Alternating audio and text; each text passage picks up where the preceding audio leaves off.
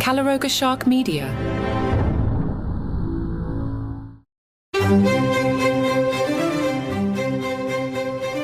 Hello and welcome to Palace Intrigue. I am your host, Mark Francis. Regular listeners to this podcast know that we find Diana Elsa's columns for news.co.au very entertaining, and it seems as if the New York Post agrees with us, as they published this recent item in which Diana takes a look at the friction between Charles and his son. No, not Harry, the other son. Elsa writes, there would be no British royal history without sneaky sons, sneaky fathers, sneaky uncles, brothers, friends, dukes, earls, French cousins, and certain queens. Machiavellian boyfriends angling to be the power behind the throne. But still, it's another thing entirely to see it up close and personal. Elsa quotes William's recent speech about being royal with a smaller r and being more empathetic. She then writes, all of this sounds swell and all, but to say we could do with some more empathetic leadership suggests we don't have any right now. Ergo, King Charles is lacking in this department. So too His Majesty's apparent current deficit in terms of impact, philanthropy, collaboration, convening and helping people. If only Charles had had the idea, say in the 1970s, when he launched the then groundbreaking Prince's Trust of helping people. That the 76-year-old has only been warming the throne for a scant 2 years, and already his son is doing some agitating about what his rule will be like, and setting out his kingly stole hardly rebounds to the Prince of Wales' credit or says much about his loyalty. Niall Gardner, the director of the Margaret Thatcher Centre for Freedom at the Heritage Foundation, told GB News, Harry and Meghan are viewed as just massive narcissists who spend all the time trashing the royal family. Most Americans really admire the royal family. The Queen was hugely popular with Americans, and they don't take kindly to attacks on the royal family. The royal family is very much loved in America. All these attacks from Harry and Meghan, they've gone down very badly in the United States. They have alienated most Americans. Brothers not speaking to each other appears to be a Windsor family trait. We've heard how Charles III has reportedly cut off Prince Andrew's financial support. Now we hear the royal brothers aren't even speaking.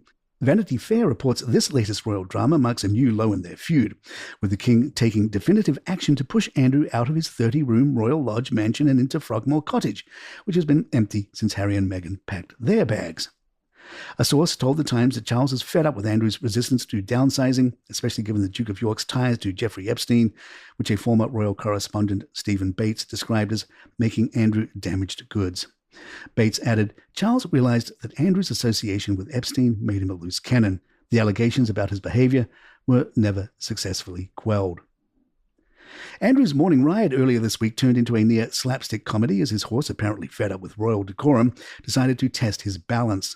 Riding alongside his eldest granddaughter, Sienna, the Duke of York was caught in a battle of wills with his steed. The horse, clearly not in a cooperative mode, put on a display that nearly unseated the 62-year-old prince.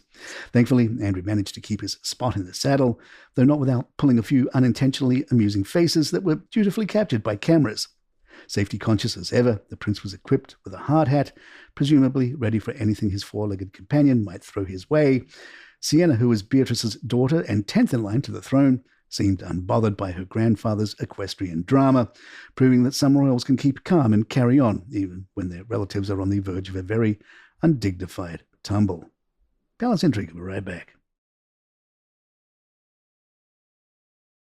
In a conversation with OK, former royal correspondent Jenny Bond shared her thoughts on why Meghan Markle might choose to celebrate Christmas in California. Bond said, I think most women like to be with their mums on Christmas Day, given that Doria does not seem to have any other family she wants to share the festivities with. I think it's a fair bet that Meghan will want to be with her, and that would mean them all being in California.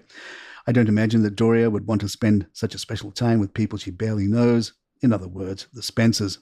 Speculation has swelled about an invitation from Charles Spencer for Prince Harry and his family to join him at Althorpe House, the childhood home of Harry's late mother, Princess Diana. Harry last visited in August, but it seems increasingly likely the Sussexes will remain in California for a warm, family-focused Christmas with Doria Ragland. Despite Harry's close relationship with the Spencers, Bond suggested it's doubtful he would take up such an offer. She explained, it's nice, though, to think that Harry might have an option to be with his uncle in the UK. Although I have no reason to believe the Earl actually has invited Harry and family to stay. Regarding other potential European trips, such as a visit to Portugal, Bond dismissed the idea unless Princess Eugenie and Jack Brooksbank were also there. She pointed out that while Eugenie and Jack have been dividing their time between Portugal and the UK since 2022, it's more likely Eugenie will want to be with her mum, Sarah Ferguson, on Christmas Day. All in all, I think the chances are that Harry, Meghan, the children and Doria will enjoy Christmas in the sunshine of Montecito. It will probably be a time of some reflection for Harry. He has written about his nostalgia for times when his UK family were all together. But as any parent knows, when your kids are rushing around, manically ripping, opening presents and getting thoroughly overexcited at Christmas, there's not much time to think of anything other than keeping them happy and stopping them fighting. So I reckon it will be fun and sun-filled Christmas in Montecito. Samantha Markle's lawyer, Peter Ticken, tried out some nicknames for Harry, saying, "To most of us, Americans wouldn't give a tinker's damn as to whether the prince is the Duke of Wales, the Duke of Sussex, or the Duke of Earl.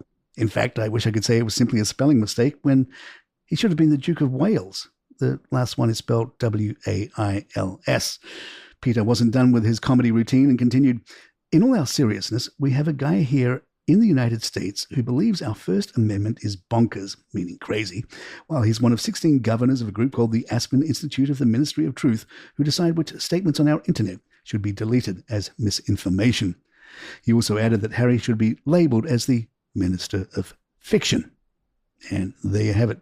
If you'd like to email us, our address is thepalaceintrigue@gmail.com. Please follow us on Spotify, Apple, or the app of your choice, and leave us a review or some stars if you're enjoying the show. Don't forget, you can get this show along with hundreds of others from Calaroga Shark Media, commercial free. All you have to do is hit the link in the show notes for more information and check out our other shows like 5 Good News Stories, a wonderful show for this time of the year and for Thanksgiving. 5 Good News Stories available wherever you get your podcasts. I'm Mark Francis. My thanks to John McDermott. This is Palace Intrigue and good times.